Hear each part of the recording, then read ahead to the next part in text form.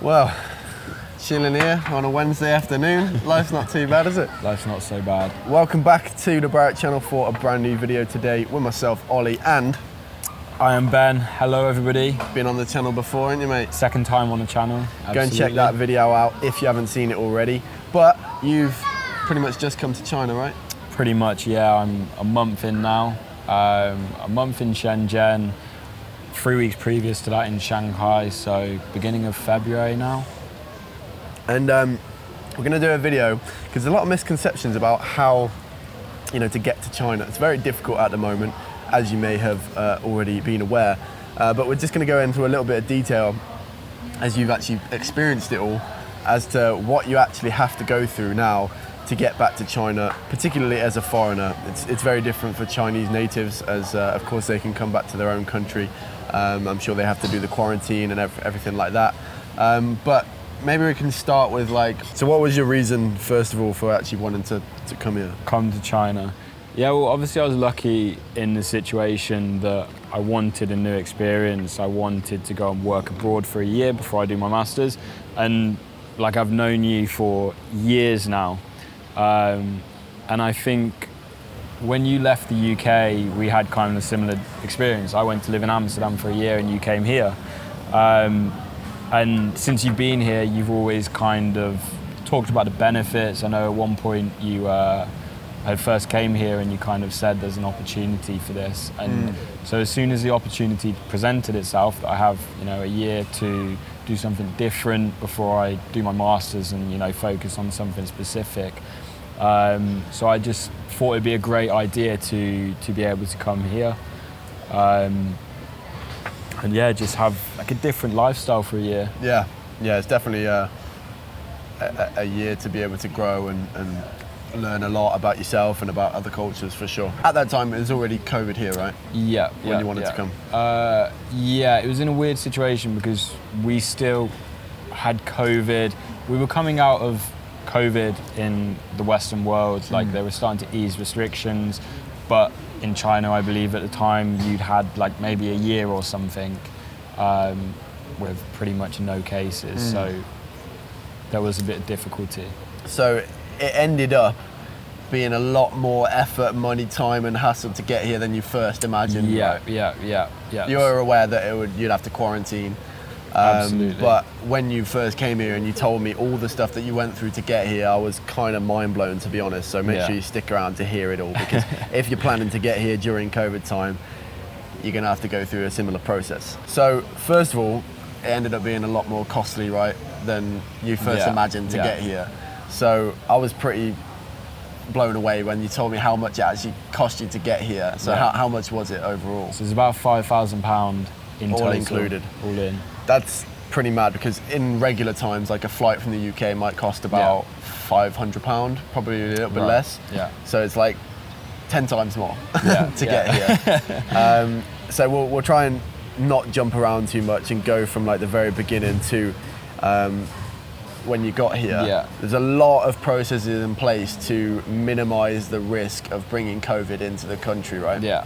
And so first of all, even before you had to fly, what kind of precautions were you told that you had to take? So about 2 weeks before my flight, I was advised to stay at home, so not go to work, not go out and socialise or put yourself in a position you might get COVID.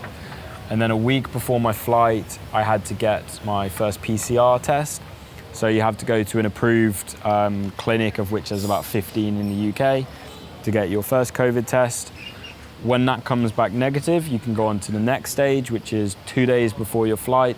You're required to get another PCR test and an antibody, which is like a blood test, which shows if you've ever had it. So for those tests and the test a week before, is about £350 for those. And then obviously, like you would a normal flight, you get to the airport, you have to show all your negative tests and stuff like that, and then they give you a stamp to show that you can get on the flight. And then once you arrive in Helsinki, you have a 24-hour layover, in which time you have to queue to get the same COVID tests again, so the PCR and the blood test.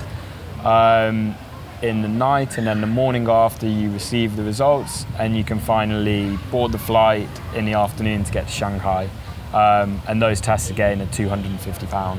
Okay, this is like 2 o'clock in the morning, just about ready for bed now. Managed to find a nice little spot in this little booth. It's not bad, it's a little bit bright, but I'm just in an airport, so what can you do really? There's lots of people in the same situation, just sleeping wherever they can really. But yeah, I'll try and get some sleep and back in the morning for a big day. You got a layover flight to China, right? Because there was no direct flights from the UK to China at that time.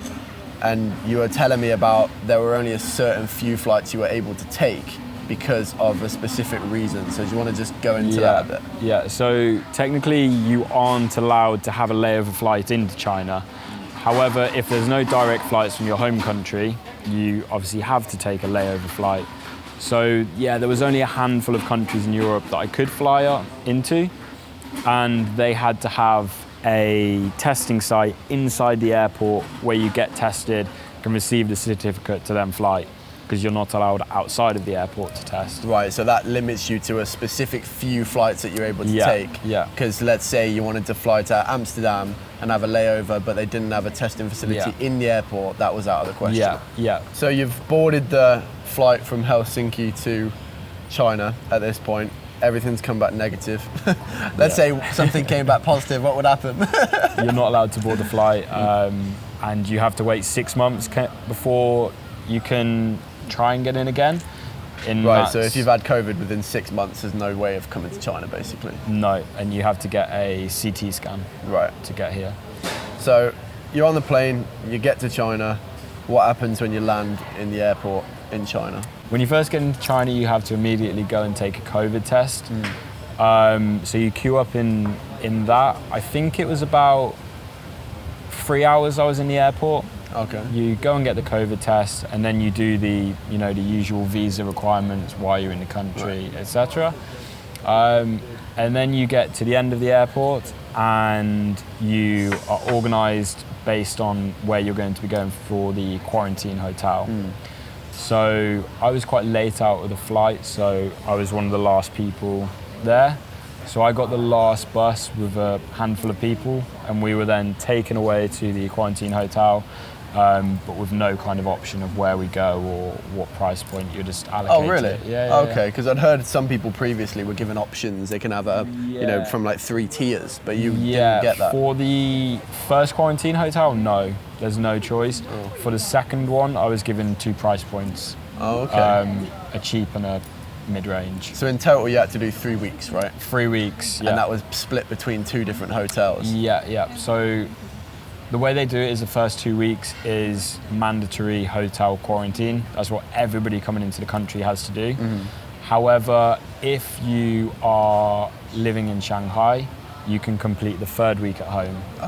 So if you don't have a place to live in Shanghai, you go to another hotel. If you're living in Shanghai, you go to your residential address, and I think you have Bluetooth tracker on your phone and sensor on the door. Oh, really? So if the door opens, you have to kind of explain why that happened. Oh, okay. To stop people from going home. And when you were in the hotel, what was it like? Yeah, I mean, it was challenging. Yeah. Obviously coming into a new country that I'd never been to before. Right. Spending your first 3 weeks in a hotel, it's a bit different, understanding the culture based on the food I was given, and short telephone calls with the front desk in what Chinese I could muster. But we had 3 meals a day, breakfast, lunch and dinner. So we've just had a knock at the door, that means lunch is ready. Let's see what we've got.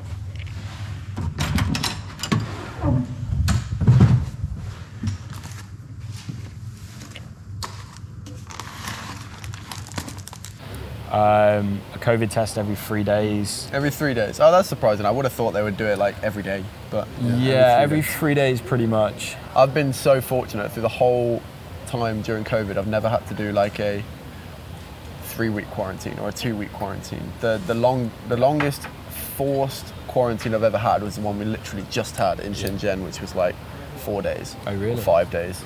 So I've been quite fortunate in that respect. What did you find it like? Because it's one thing to do it, but then to do it straight as you've landed in a new country and never having seen anything besides like the view out of your window. Yeah. It must be really weird.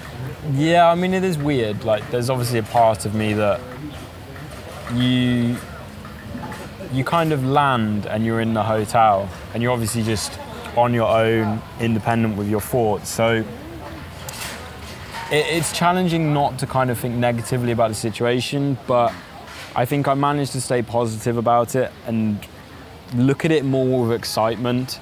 Like at the end of the day, I was in Shanghai, and at the end of the quarantine, I had a weekend in Shanghai, which was really nice. And then I could fly down to Shenzhen. So there's more excitement about being in the country that kind of overpowered the negative feelings of it. Because obviously, I was in a situation where, in an ideal world, I'd love to land at the airport and just completely become immersed in the whole experience. Right. But unfortunately, that's not the case. So, well, you must have, you must have wanted to come here a lot to go through all of that to eventually get here. I hope it's going to live up to the expectations, or make it worthwhile. Make it a worthwhile experience, to have been quarantined and go through all of that. It's just one of those situations where, like, obviously it's taken a great deal to get here, and there is challenges involved in that. But me as a person, even if it turns out bad being here, I think it's much better to have tried it and taken the risk than be in a situation where you always take the safe route and you never know. 100%, yeah. So I think that's the way I see it, and no matter what happens, I don't think it can be anything less than an experience here. 100%. Even if I don't think it would be a negative experience, but even if there's negative parts of it, it's still an experience and it's still shaping me as a person. Exactly. For sure. And then, what ended up happening after you came to Shenzhen, it was literally since COVID started, it was the worst outbreak in Shenzhen. Actually, possibly ever. I think even when it first started, it never got as bad as it was last week in Shenzhen. So we ended up going through a lockdown, which many of you probably already know. Luckily, our area was only for like 5 days, but the downtown area was literally, they've just gotten out today and they've been in lockdown for like almost 5 weeks. Yeah. So that's kind of sucked, but hopefully now that we're out, it continues to improve and we're not getting locked down again, hopefully. Absolutely, yeah. But yeah, don't want to get this video going on for too long. I can see it's already saying 17 minutes on the camera, so just wanted to give you guys a little bit of an insight into what you have to go through to get here. And sometimes we do come across situations where we are singled out for being foreigners in China, and many people think we may have COVID because we're foreigners. And sometimes that can be pretty frustrating because obviously when you've gone through all of that, the chance that you've brought COVID into the country is literally, you could say it's next to zero. Obviously there's a possibility you could have, but it's very, very close to zero with all the things that China have in place to mitigate that risk. So, it is what it is at the end of the day. But yeah, hopefully that's given you a bit of an insight. Thanks for explaining all of that. And leave a like and comment and let us know what you think. Did you realise it was that difficult to be able to get here? And have you had a similar experience, or the country that you live in, what's it like there? Anyway, we will see you in the next one. For now, take care. Take care. These chairs are weird. They make it, I don't really know how to sit in it. Like, do you know what I mean? Yeah. No, I put my hands like that, and then I was like, it's weird. Maybe a bit too wide like that. Chicken arms, isn't it? Well, so do you want me to look at the camera? It doesn't matter. When I speak, doesn't I can matter. do anything. Either. Okay, got it. Yeah. So even before you,